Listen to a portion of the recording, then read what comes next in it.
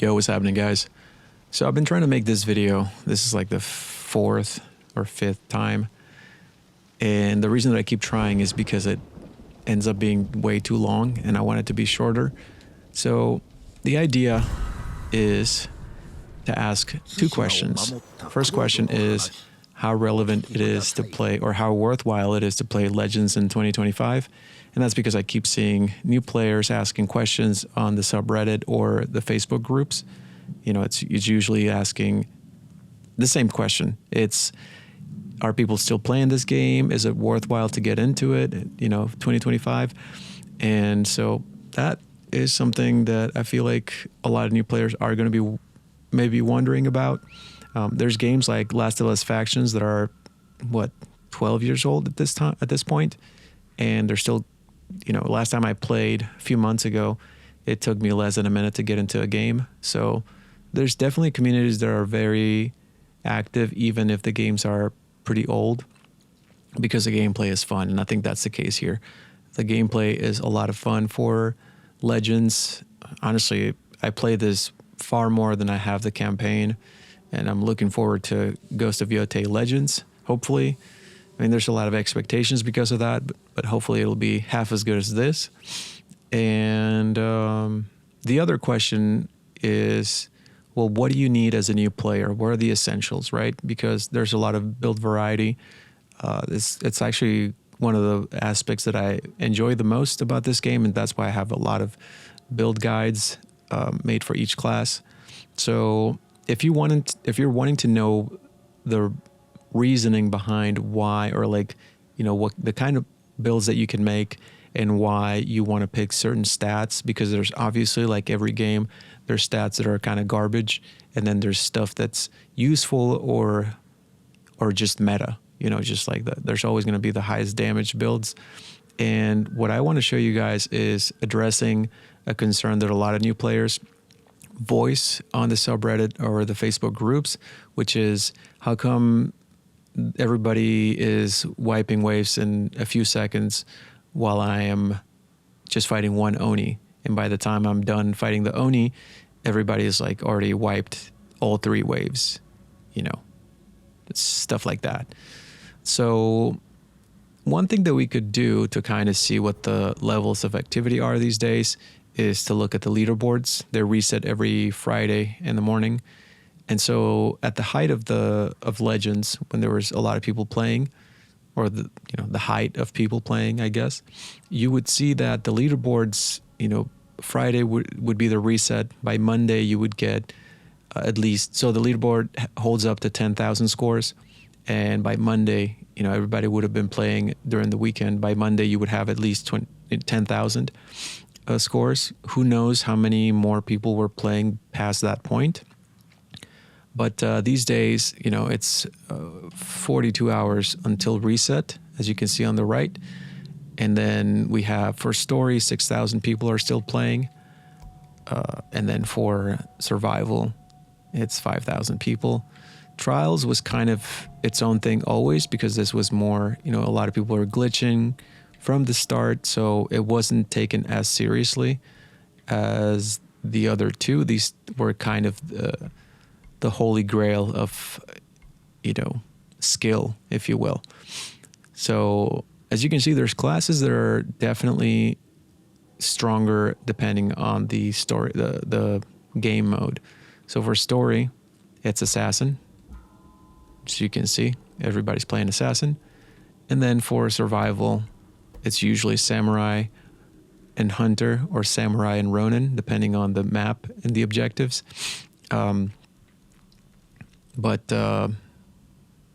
Yeah, I guess this is a good way to see how many people are still actively playing. There's obviously a lot of my friends are dedicated Legends players, and they play religiously. I try to play at least a couple times a week, unless it's a map that I don't like. Yeah, that's, I guess, one way to answer the question.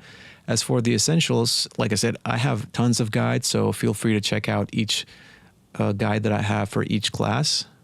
I've made a bunch of them, but there's definitely ones that are more specifically geared toward showing the different builds that you can get with each class. And then there's just general advice guides. So there's a lot of information that I've shared with my audience over the years. And I don't want to repeat myself, because then that's the reason that this video keeps being too long. But I'm just going to show what you need for essentials for each class. So you do need one, I would say at least, depending on what you're playing. Of course, there's the different modes, right? So there's the Nightmare content, which is story, survival, rivals, and trials of EO. And then there's the raids. And then you have the gold, or the different difficulties that you can have for... Oh. Yeah, I haven't even played, I guess, on this file.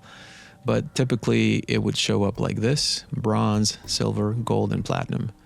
So those are the different difficulties. And if you're wondering about how to access the Platinum 7, which is the modifier that was added with one of the last patches, which gives you a platinum match with 7 active modifiers, which is the hardest challenge in the game.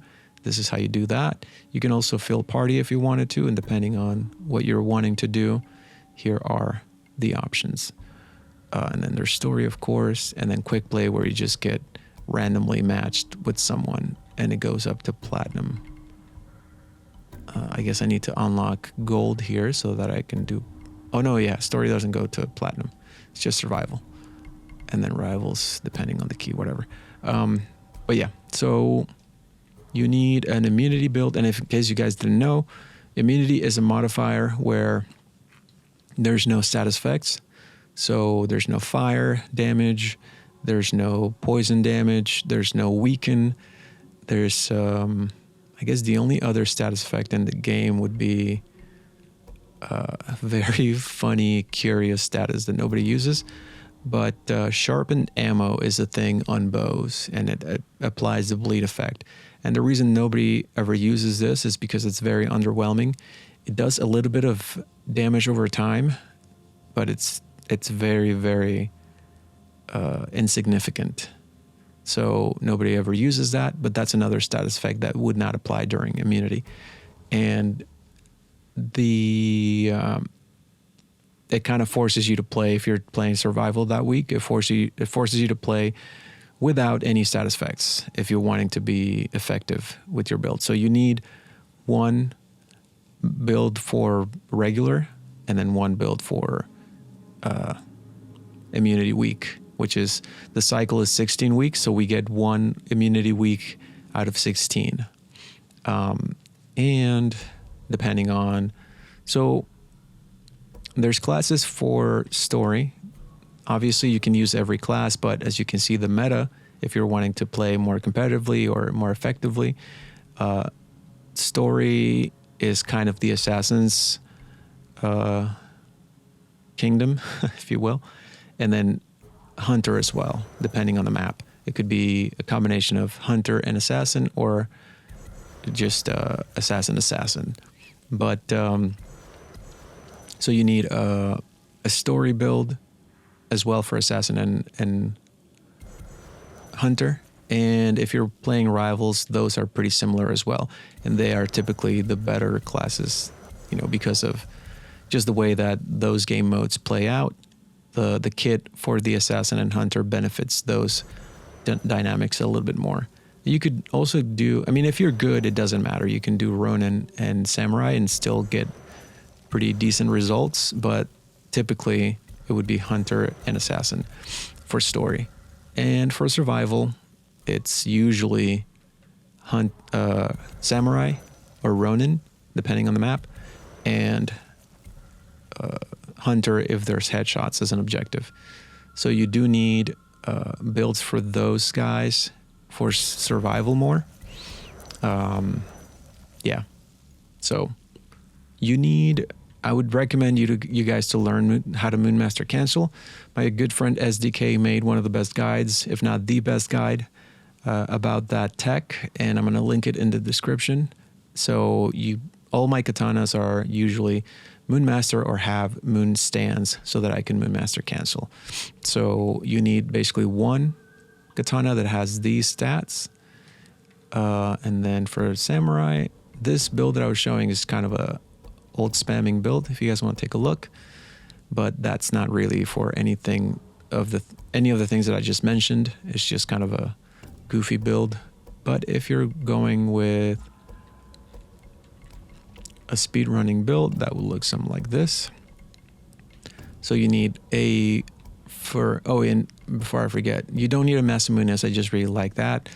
So I have one, but you do need a Rathus Origami if you're playing survival because of the maps that have the perfect parry objective. And you need a Forbidden Medicine for him. And then you would ideally leave out this stat open so that you can reroll it for melee stagger damage during immunity. And you could have, well, let's see. So this is your immunity charm for Samurai. And you need 2 stickies for each class. This is your regular sticky. It looks the same for everyone. And this is your immunity sticky. And then you totally don't need a kunai, but I do just for the memes. And the spirit kunai I have for all the other classes. And I do have one for Samurai, although his kit doesn't really benefit. I just have one because I'm sometimes goofy and I like to play with that with Samurai. But for, as far as essentials, the other classes, their kits benefit way more than Samurai's. So for Samurai, you totally just don't need anything but a regular sticky and then an immunity sticky. And this is the only smoke that you ever need for Samurai. And then you need a caltrops in case you're switching. People that are a little bit more comfortable playing without smoke, they can have the caltrops, and it's good because it makes your sticky bomb and your black powder bombs more powerful because of the ghost weapon damage that it adds to your build, to your bombs. And this is the tech that you would want to use. There's really no reason to run anything but this. You could run Spirit Pull during immunity because fire is not doing damage. Explosive Arrow is very underwhelming. It doesn't get buffed by anything, so I never run that. For Hunter, you only need 1 katana. I have 2 for ease of use, but you can only, as long as you leave this stat open, this slot, then you can just reroll Oni damage for the same purpose. And then you need your Rathus Origami. You only need 1 skipping stone bow. This is what I like to run in case I want to run helmet piercing. I have this other one ready to be leveled up. And as you can see, I have 13 tokens to level up, so I can just bypass all the challenges if I want to. That should be more than enough to get me what I need. And this is my standard Hunter charm. And then if you're soloing or doing Plat 7, it would be kind of like this with Blessed Arrows for sustainability. This charm I have sometimes for immunity, but you totally don't need that. And this one is just sometimes I like to play with this specific combination of stats and perks. But again, you don't need it. These 2 would be the more necessary ones. And then I have restorative rhythm, which you also don't need. And these are your 2 essential charms. And the reason that Enjos is good on every class is because as long as you're full health, it gives you an additional 15% damage that you can really feel it, especially because in this game you want to get as much damage as you can to be more efficient, because damage is additive. Percentages are additive in this game, as opposed to something like Souls games where they're multiplicative. So when you add percentages, it's just a flat number. So let's say that you're adding 2 things of 20% damage. That's, whatever. Let's say old damage, right? Which you could stack. Let's say that I have this and this, right? Oh shoot, it's this. So I have 2 things of ultimate damage here. And so that gives me plus 40% ultimate damage. Whereas if this was Elden Ring and it was multiplicative, it would give me 44%. And then the more you stack, the more the damage compounds.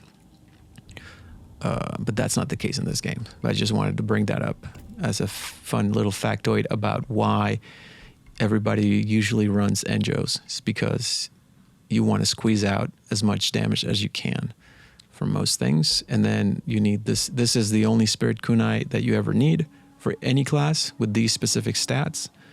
And then you're lucky and you're fired up stickies. The smoke for hunter is a little bit different because you want to use your smoke for the sudden resolve, because it only fills your smoke for the first resolve. So if you already have one resolve, it won't fill up the second one. So you want to use your ult and then use your smoke and start building up again so that you can build your ult faster. And then one bottle liquid courage if you're running story or rivals. It'll look like this. Something like that. For Ronin, this is the kind of the old school Stone Striker build, but it's kind of not. This is kind of something that you'll see like older experienced players will sometimes run Stone Striker, but I wouldn't really say that that's necessary. But I would definitely show you so this is the immunity charm for Ronin, and this is your regular charm. And again, you only need the 2 stickies.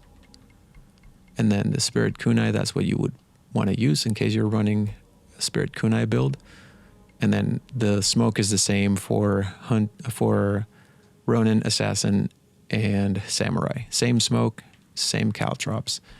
And then Demon Seeds, because that could be really powerful as well, depending on the map. If you're running double legendary, you could do it like this and run your Demon Seeds with that.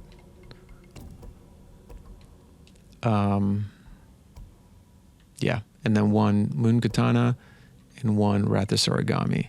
You totally don't need to have a Stone Striker, or definitely not a Demon Cutter or a Masamune. This is just for the memes. Sometimes I like to play with those. But a really fun, and then so beyond these 2 Enjos, the immunity and the other one, this is the only stealth charm that you need for Ronin, and it could be something like this, which this is you're relying more on kunai kills, which this makes your kunai really powerful, and you're resetting everything all the time. You could even go with Flaming Roar instead of the healing pot because you have combat regen.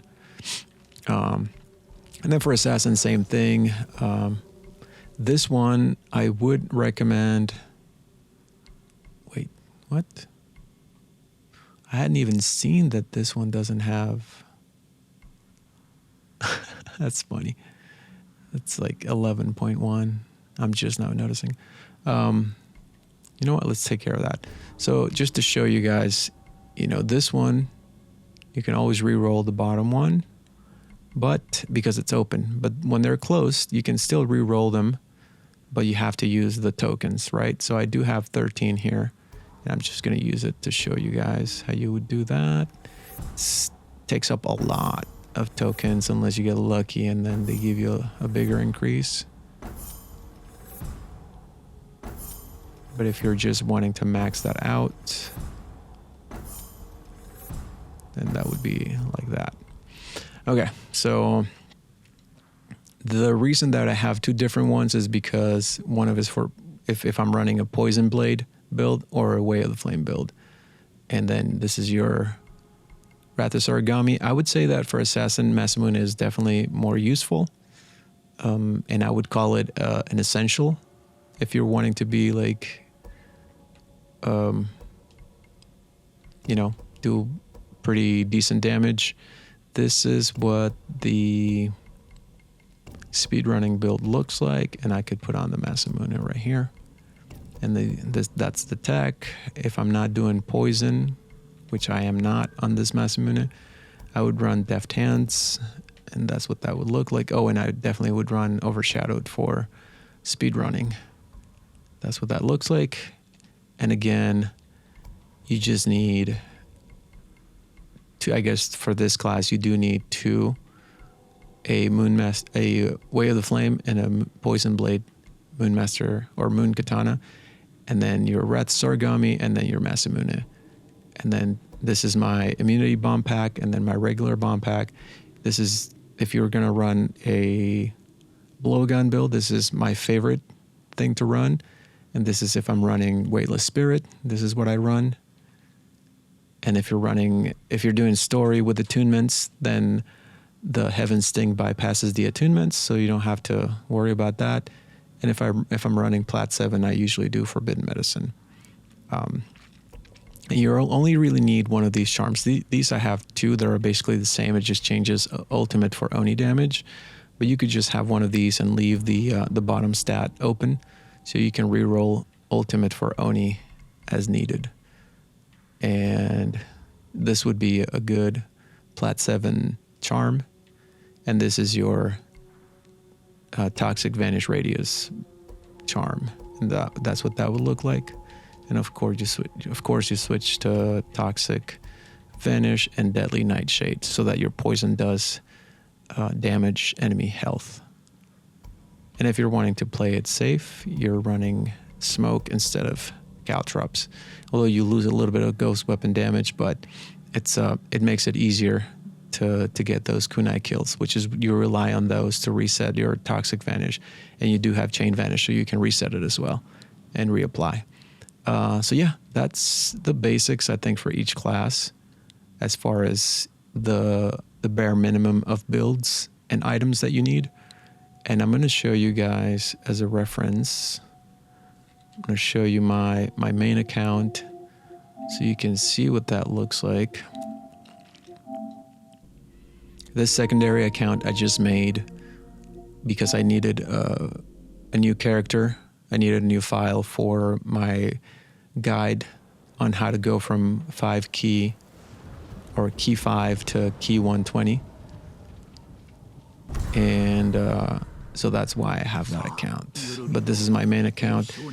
And as you can see, I have way more items because I have way more ideas for each build. I mean, way more build ideas for each class. So there's all of these different items, especially charms. I have tons of different charms. You can see a ton of Assassin charms because Assassin is just the most versatile class when it comes to build crafting. And then all these. And yeah, let's see how long it takes us to get into a game. So usually this is what I do. I'll go into a match by myself, and then as soon as I load in, I start matchmaking so that I don't have to wait in the lobby waiting for a game to get going. I can start clearing out the defense areas.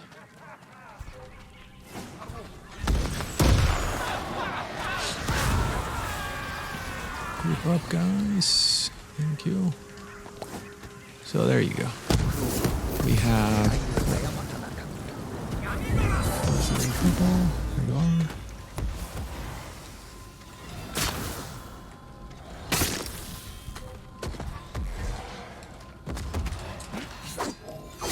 We're gonna do that. All right. So that, how long did that last? It took like 40 seconds to get some people to join, which is pretty good, you know, all things considered. It used to be that it was instantaneous when there was a bunch of people playing. But yeah, I guess I'm gonna go play the game. But thank you guys for watching, and I hope this was useful. Let me know in the comments, and also let me know if you found it useful, and let me know if you have any ideas for other builds that you would like to, other guys that you like to see me cover. But yeah, I'm gonna go help out the teammates. Thank you for watching, and I'll catch you on the next one.